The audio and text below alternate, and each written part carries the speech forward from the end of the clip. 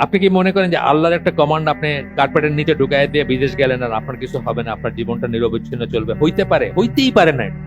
আল্লাহ বলতেছেন সরাসরি জাহান্নামে নিক্ষেপ করা হবে আপনি যদি ওইখানে মারা যান। আপনি সেটাতে পাত্তা নিয়ে দিয়ে বলতেছেন যে আগে একটু কামাইয়া লই তারপরে দেখবো না। আমাদের এক দিনী ভাইয়ের ছেলে, উনি ওইখান থেকে হিজরত করে চলে আসছেন বাংলাদেশ, বাচ্চারা যাতে আমেরিকায় বড় না হয়। সেই ছেলে ওনারে না জানায় আমেরিকান এম্বাসিতে গিয়া আমেরিকান পাসপোর্ট করে আমেরিকা চলে গেছে। প্লেনে উঠা বাবার একটা ফোন করছে যে আব্বা আমি চললাম। বুঝছেন তো? আমরা মনে করি আল্লাহর কথা মানে আচ্ছা ঠিক আছে শুনবো আর কি, মানে চিন্তা করব পরে। এই যে বিদেশ যাওয়া নিয়ে বলতে বলতে আমরা মুখে ফেনা তুলে ফেললাম। যারা যাচ্ছেন একদম বেস্ট অফ দ্য বেস্ট দিন পালন করা মানুষ যাচ্ছেন। আপনি কি মনে করেন যে আল্লাহর একটা কমান্ড আপনি কার্পেটের নিচে ঢুকাই দিয়ে বিদেশ গেলেন আর আপনার কিছু হবে না, আপনার জীবনটা নিরবচ্ছিন্ন চলবে? হইতে পারে, হইতেই পারে না, পসিবলই না এটা। তাহলে আপনার আল্লাহ বিশ্বাসী নাই। যদি আপনি মনে করেন যে আপনি একটা পা মারায় যাবেন আল্লাহর একটা কমান্ড বা অর্ডার বা আল্লাহর একটা এবং আপনার কিছুই হবে না উইদাউট মেকিং তওবা বা তওবার রাস্তা খোলা থাকবে, অফকোর্স এটা আছে। অবুঝ ভাবে আমরা না জানতে কিছু করতে পারি, হইতেই পারে না এটা। আল্লাহ বলতেছেন সরাসরি জাহান্নামে নিক্ষেপ করা হবে আপনি যদি ওইখানে মারা যান। আপনি সেটাতে পাত্তা নিয়ে দিয়ে বলতেছেন আগে একটু কামাইয়া লই তারপরে দেখবো না। ভালো ভালো ছেলেরা, বুয়েটের আমার একটা পরিচিত ছেলে গেছে, কল্পনা করতে পারি না যে সে কোনদিন যাবে। তার ওয়াইফ পারলে ডেলি কান্দে যে বাচ্চা হয়েছে ওইখানে, ওইটা তো আমেরিকান বাচ্চা, এবং আমেরিকান বাচ্চা হইলে যদি কোনোভাবে সে জানে সে তার রাস্তা বাইর করে নিতে পারবে।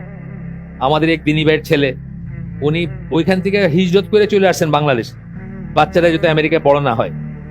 সেই ছেলে ওনারে না জানায় তার ওই যে একটা একটা চিট দেয় আর কি, যে হসপিটালে জন্ম নেয় ওইখানকার একটা চিট দেয়, ওইটা দিয়া আমেরিকান এম্বাসিতে গিয়া আমেরিকান পাসপোর্ট করে আমেরিকা চলে গেছে। প্লেনে উঠা বাবার একটা ফোন করছে যে আব্বা আমি চললাম। বুঝছেন তো? জন্ম দেওয়াটা কত বড় পাপ ওইখানে। জন্ম দিচ্ছেন শুধু ওই পাপ। উনি কিন্তু খুব ভালো আমলের মানুষ, উনি চলে আসছেন, বাচ্চারা একটু বড় হইতে উনি সবাইকে নিয়ে চলে আসছেন। ওনার আমেরিকান পাসপোর্ট উনি বাক্সবন্দি করে রেখে দিচ্ছেন, কিন্তু ওনার ছেলে এই বড় হয়েছে পরে যখন জানছে, অনেকে বুদ্ধি দিছে তুমি এনে পড়ে আসছো কেন, এদিকে একটা জায়গা হইলো থাকার, তোমার সারা দুনিয়া তোমার জন্য ওপেন।